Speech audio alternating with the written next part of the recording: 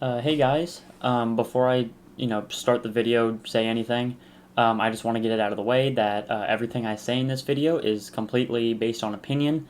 None of it is meant to be taken with a grain of salt, as I'm not somebody who is affected in any way by mental illness. So every conclusion I reach in this video is completely just something I found after conducting my own research. I would also like to say that any clips I use throughout this video are taken from the movie adaptation of I Am Not a Serial Killer, mainly just because I thought, clips from a movie were probably a bit more visually appealing than text from a page. With that out of the way, we can actually get into what that I wanted to talk about today, which was finding good representation of somebody with a mental illness in the novel I Am Not a Serial Killer by Dan Wells. Accurately portraying a good character with mental illness can be very troublesome for some writers. There's always the fear that you're going to get something wrong, that you're going to misrepresent somebody, that you're going to paint a harmful stigma around a certain group of people that are affected by that mental illness. But despite this, when it's done correctly, the tool of writing, or not even a tool, let's just say the idea of writing a good character with mental illness, exploring that troubled mindset can very often lead to a very interesting and very complex character, as seen in the character John Wayne Cleaver in I Am Not a Serial Killer. Before I get too deep into explaining how Dan Wells was able to construct an actually mostly believable character with mental illness, I should probably give you some backstory as to John's character itself. John Wayne Cleaver is a 16-year-old boy who is diagnosed with conduct disorder, which basically means he shows the symptoms of being a sociopath, but due to his young age, his diagnosis results in him being diagnosed with conduct disorder instead. Due to his condition, we see John struggle with understanding the world around him, particularly with the people in his life. The most prominent example of this is John's relationship with his mother, who, despite putting forth the most effort out of anyone else we see in the story, to understand John's disorder, has one of the worst relationships with him. So naturally, as I'm going to be, talking about how mental illness, more specifically sociopathy, is portrayed in I Am Not a Serial Killer, first off, I'd like to analyze John's disorder itself. The way that Dan Wells depicts John's disorder is interesting to me. It's talked about in the book that he sees his sociopathic or otherwise harmful urges, those being the ones to harm others, follow people, commit acts of arson, anything that could be considered as a serial killer-esque urge. He sees those as a separate entity of himself, and it's talked about that John does this as a coping mechanism, almost as a way to convince himself that he's not a bad person. He just has something inside of him, like a monster living inside of him, that makes him want to do bad things. Now, the reason I find this, idea and depiction of sociopathy in I Am Not a Serial Killer so interesting is mostly because of how sociopathy is typically portrayed in media, or just mental illness in general is typically portrayed in different forms of media. You can find hundreds of thousands of, novels, movies, anything that depicts sociopathy or the idea of sociopathy, something similar to it, but you'd be pretty hard-pressed to find one that depicts the disorder as something good people are struggling with, because, more often than not, these writers turn to, this is something that bad people are diagnosed with. There's a plethora of stories that, handle the topic of sociopathic criminals, murderers, other bad people, and, they hardly take the time to analyze and understand the topic that they fantasize about, and I think one of the biggest examples of this is Split by M. Night Shyamalan. The movie Split doesn't exactly deal with the idea of sociopathy itself, but it does touch on the topic of a different mental disorder, that being dissociative identity disorder, or DID. While I would argue that the movie Split itself is entertaining and very interesting, I would also argue that it does a pretty harmful job of portraying the community of people that it supposedly represents.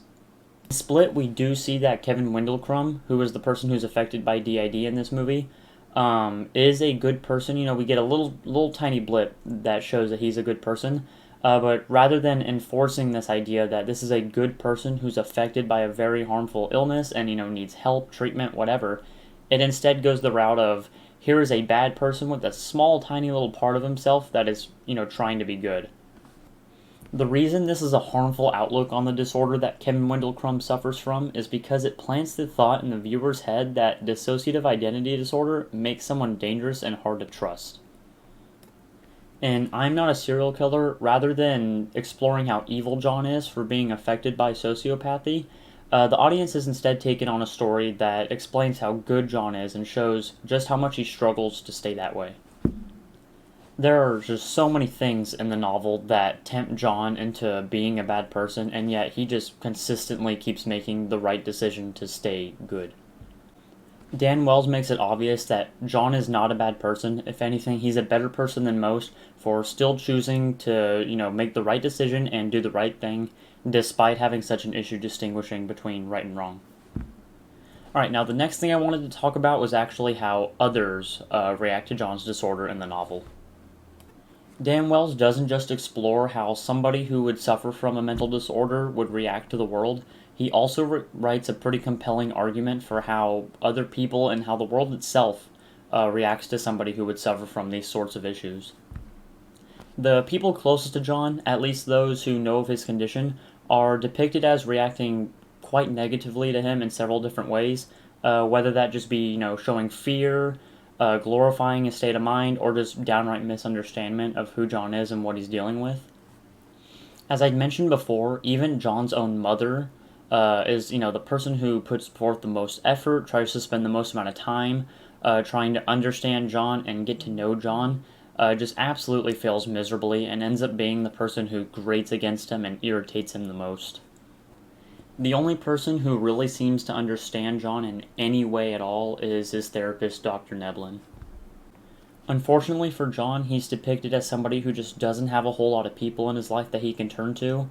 This means that John just cannot truly convey his feelings, and this leads to him having to take drastic steps in order to keep himself in check and to pretty much keep himself sane. Now finally, this gets me into why everything I've talked about today matters. It's important that Dan Wells didn't depict John as this, nasty, evil person, but instead a good person trying to cope with their illness. Because more often than not, you end up having these stories of people with mental disorders such as sociopathy disorder, DID, stuff like that, where it just kind of glorifies them being evil people, but you just don't see that being the case in Dan Wells' story. I Am Not a Serial Killer ensures that John is explicitly shown being a good person who shows remorse and regret for any bad thing that he does, and actively finds a way to cope and, integrate into society with what he's dealing with, even if he doesn't always make the best decision. Now, I'm not going to sit here and pretend like John Wayne Cleaver is the perfect representation of somebody who suffers from this sociopathic disorder in fiction. There's several parts throughout the book that could be taken as harmful or dangerous to the community of people who suffer from this specific mental disorder. But I will sit here and argue that I do think Dan Wells took a step in the right direction, even if it wasn't perfect. It is very clear throughout the story that Dan Wells put forth the effort and did his homework and research about the sociopathic disorder itself. He, very clearly steers his character away from the whole typical mentally unstable, dangerous trope that writers often write themselves into. I think more writers could probably benefit from, writing their characters in a similar manner, if not even building on these steps that Dan Wells has put forth for them, and maybe ending the trope that, mentally ill equals evil.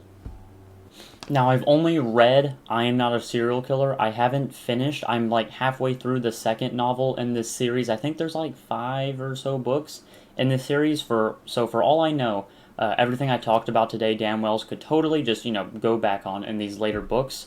And maybe if that's the case, I'll make a part 2 where I talk about how, this whole idea kind of folded in on itself. But in the terms of just, this first book, the first I Am Not a Serial Killer book, I think the idea stands that, overall, John Wayne Cleaver is a step in the right direction for depicting somebody with a mental disorder or even just a troubled mind itself.